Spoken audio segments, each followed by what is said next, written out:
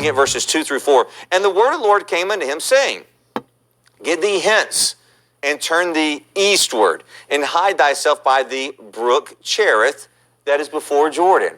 A brook, a little river, a creek. All right. The rest of the land is, in drought, but here I've got some water. But I also need food. Oh, I wonder if God thought about that. Okay? And it shall be that thou shalt drink of the brook, and I have commanded the ravens to feed thee there. First evidence of fast food delivery, okay? Birds are bringing food. I mean, we think the idea of drones delivering things are pretty cool. God was like, thousands of years ahead of that. Birds bringing food to him. That sounds really neat. But then I got to pause right there and wonder what kind of food. I mean, ravens aren't exactly the cleanest of birds, right? Why not a dove? Why not a pterodactyl? That's cool. A majestic eagle. But a raven. And so he's got this water, and maybe he sees some ravens coming, and one flies over and just drops food down in front of him. Thud. It's roadkill.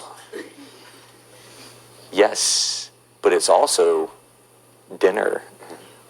Ew, I would not eat that. So you would starve to death. Well, I'd eat a raven. See how that works? Then you're going to be hungry the next day because there's no more ravens. So it might be that, boy, this is not what I would have chosen for myself, but God's picking it for you. So, hey, are you going to go wrong with that? This is God's provision. And it's good when we understand that it is God's provision, but we've got to also understand that those provisions may change. God provided me with a job, and that is a good thing when you're married and rent is due and college tuition is due and bills. And so I worked at a bookstore and worked many hours. They were flexible with my school hours, and God's providing our needs. Did I have time to go anywhere with my wife? No, but I brought home rent money, and we got to live in that apartment for another month, and that was fun. Okay, I mean, the apartment was ugly, but living was fun. Having a shelter was fun. So that was fun. My wife worked many hours. And so, everyone looking up this way, we see that God provided for us. God did not provide me with $3 million, but he provided me with a job to pay rent. And then a hurricane came and blew that bookstore away. A bookstore that I thought about staying in during that hurricane because it was a lot bigger than my tiny apartment and about 3 blocks away. Found out that a tornado touched down and hit the bookstore. Not my tiny apartment, but the big bookstore. And so, Lord, spared us there. But now I need a job again. So my wife knew someone at her newly acquired job.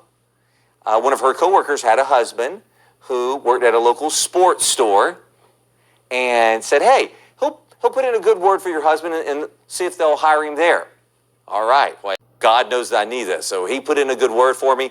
They hired me and fired him and gave me his position. Whoops. Now, did I do anything wrong? No, in fact, me and that individual, we're still good friends, and he knows that it wasn't my fault. And he didn't really like the job anyways, probably. So there you go. God provided. God's going to call you somewhere. Maybe God's calling you. Would you be willing to say that maybe God's calling you to a Christian college? And I know, Michael Paul was planning on doing that football scholarship, right? And that Christian college doesn't have a football team, or maybe if they do, they don't provide sports scholarships. And, Cameron, you were going to be that, go for that scholarship for that hand model, right? And watches and so forth. I don't know if they provide scholarships for that. But anyways, and so, if I go to a Christian college and, I'm get trained in a Christian environment under a Christian curriculum in a place that glorifies God, I just don't know if God can provide for my needs. Yeah, that doesn't make sense, does it? Not at all. Why don't you test him? Why don't you let him provide for your needs? Now, don't say, okay, God, I'm going to let you provide for my needs. I am not going to study for the next test. I'm going to let you provide all the answers. Did God still want me to go to work? Yeah. I may have given this illustration already, so forgive me. But I'm reminded of an individual who was a pastor, and he was telling this. He said when he was in Bible college, he and his buddy were praying. They both needed a tuition paid for that month. They didn't have the money. His buddy went to the mailbox, and there was a check in there for the amount for tuition that month. Praise the Lord. Then he goes to his box, and there was an advertisement for cutting grass. Help needed. So he got a job cutting grass, and he got enough money to pay for tuition that month. Did God provide for both of their needs? He did. It's not as though the individual tore up that flyer and said, nope, I'm going to trust in God. Go work, okay? God provided. God's going to provide it in different ways. Don't compare God's provision in someone else's life to your life. And so then...